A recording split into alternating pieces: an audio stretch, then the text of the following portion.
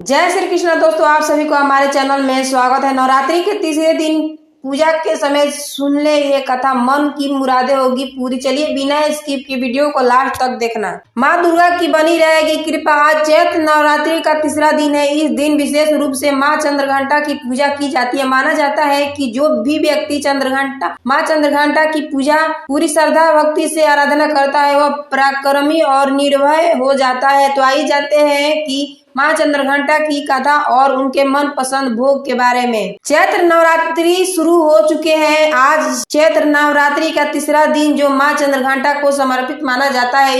इनके माथे पर अर्धचंद्र सुशोभित है, इसीलिए इन्हें चंद्रघंटा कहा गया है। साथ ही माँ चंद्रघंटा की पूजा अर्चना करने पर हर तरह के भय से मुक्ति मिलती है। साथ ही यह भी मान्यता है कि माँ चंद्रघंटा की कथा का पाठ करने से शरीर के सभी रोग और कष्ट दूर होते हैं। माँ चंद्रघंटा की व्रत कथा। कथाओं के अनुसार माँ दुर्गा का पहला रूप माँ शैलपुत्री और दूसरी माँ ब्रह्मचारिणी रूप जो भगवान शंकर को प्राप्त करने के लिए माना जाता है। जब माँ ब्रह्मचारिणी भगवान शंकर को पति रूप में प्राप्त कर लेती है तब वह आदि शक्ति के रूप में प्रकट होती है और चंद्रघंटा बन जाती है। माँ दुर्गा ने चंद्रघंटा का अवतार तब लिया था जब संसार में दैत्यों का आतंक बढ़ने लगा था।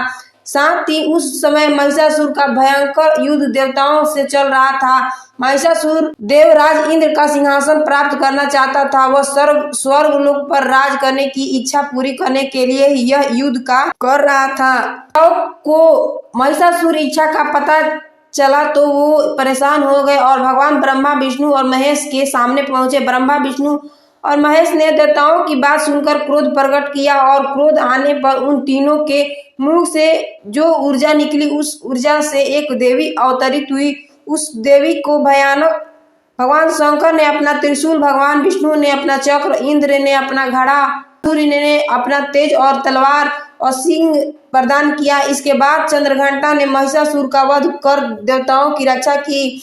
नवरात्रि में माँ दुर्गा के 9 रूपों का अलग अलग तरह के भोग चढ़ाए जाते हैं।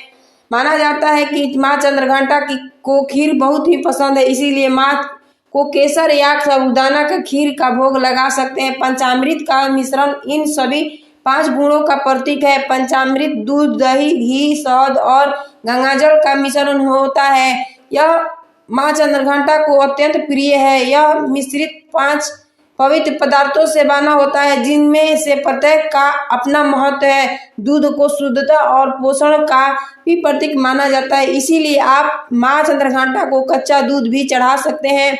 दही भी माँ चंद्रघंटा को बहुत प्रिय है। आप दही को सादा या फिर फलों के साथ मिलाकर भी चढ़ा सकते हैं। अगर वीडियो अच्छी लगी हो तो चैनल को लाइक, सब्सक्राइब और मित्रों के साथ शेयर कर देना। धन्यवाद। राधे राधे।